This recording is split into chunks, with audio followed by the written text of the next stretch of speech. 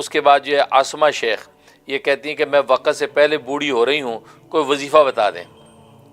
وقت سے پہلے بوڑھی ہونے کی دو وجہ ہوتی ہیں، ایک کثرت گناہ اور دوسرا جو ہے دنیاوی پریشانیاں اور تشویش۔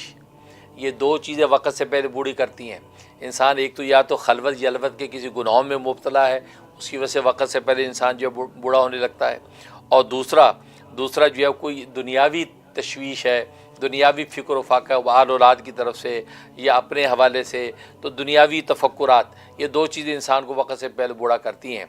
لہذا یہ ایسا بڑھاپا جو ہے یہ گویا کہ اللہ کو محبوب نہیں ہے۔ ویسے اللہ کو بڑھاپا بہت محبوب ہے اور بوڑھے پر اللہ کا خاص ترس ہوتا ہے، لیکن ان اسباب کی وجہ سے بوڑھا ہونا، یہ کیا بوڑھا ہونا ہے؟ گناہوں کی وجہ سے بوڑھا ہو رہا ہے انسان، اور دوسرا یہ ہے کہ دنیاوی تفکرات سے بوڑھا ہو رہا ہے، یہ بوڑھا ہونا نہیں۔ ہاں، اللہ کے خوف سے بوڑھا ہو رہا ہے، یا اللہ کے کلام کی عشق و خوف کے جو ہے وہ انسان بڑھاپا آ رہا ہے۔ جیسے جو ہے وہ نبی پاک صلی اللہ علیہ وسلم فرماتے ہیں سورۃ ہود نے مجھے بوڑھا کر دیا۔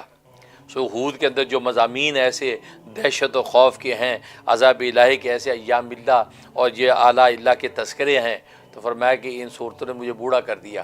تو یہ بڑھاپا اللہ کو محبوب ہے، اللہ کی عبادت اور آخرت کے تفکر میں انسان بوڑھا ہو۔ تو اس لیے پہلے آپ یہ جائزہ لیں کہ یہ بوڑھا ہو کیوں رہی ہیں آپ، کس وجہ سے یہ بیماریاں لگ رہی ہیں کہ بوڑھی ہو رہی ہیں۔ تو اس لیے اگر خدا نخواستہ دنیاوی کو تفکرات ہیں ان کو تقدیر کے حوالے کر دیں، کیونکہ دنیا کے اندر جو ظاہر ہوتا ہے وہ مقدر میں لکھا جا چکا ہے، وہ تقدیر کے مطابق ہوتا ہے۔ لہذا کہ یہ مقدر میں یہ ہوگا، بس مجھے کوئی پرواہ نہیں ہے، اللہ مقدر کے مطابق روزی کتنی مل رہی ہے اللہ نے مقدر لکھ دیا، اس پہ ایک پائی نہ زیادہ ہونی ہے نہ کم ہونی ہے، بس مقدر پہ راضی ہونے کا جو ہے وہ درس پلے باندھ لیں، آپ کی ساری فکریں ختم ہو جائیں۔ ساری فکریں اسی بات کی ہیں، انسان تقدیر سے زیادہ چاہتا ہے، مقدر سے زیادہ چاہتا ہے، یہ سب سے بڑی انسان کی جو پریشانی کا باعث ہے۔ اور پھر یا وقت سے پہلے چاہتا ہے، یہ دو سب سے بڑے انسان کے جو عیب ہیں، ایک تو مقدر سے زیادہ چاہتا ہے اور پھر مقدر کو وقت سے پہلے چاہتا ہے۔ بھائی یہ دونوں چیزیں جو ہے وہ ہونے والی نہیں ہیں، جب ہوتی نہیں ہے تو انسان بوڑھا ہونے لگتا ہے۔ لہٰذا اس کو مقدر کا جب لکھا ہوا ہے اسی وقت ملنا ہے، لہٰذا آپ بالکل اس کی ٹینشن نہ لیں، یہ دو چیزیں۔ اور باقی ہے کہ اگر کوئی دین کی وجہ سے، عبادت کی وجہ سے اللہ کو پانے کی کوئی تفکر ہے، اس میں بڑھاپا آ رہا ہے، تو یہ تو اس میں زہ نصیب، ایسا بڑھاپا تو اللہ کو بہت محبوب ہے۔ لیکن پھر بھی جو ہے آپ اپنے آپ کو قوی اور شادہ فرح رکھنے کے لیے نوٹ کر لیں، اس سے انشاءاللہ آپ کو نفع ہوگا۔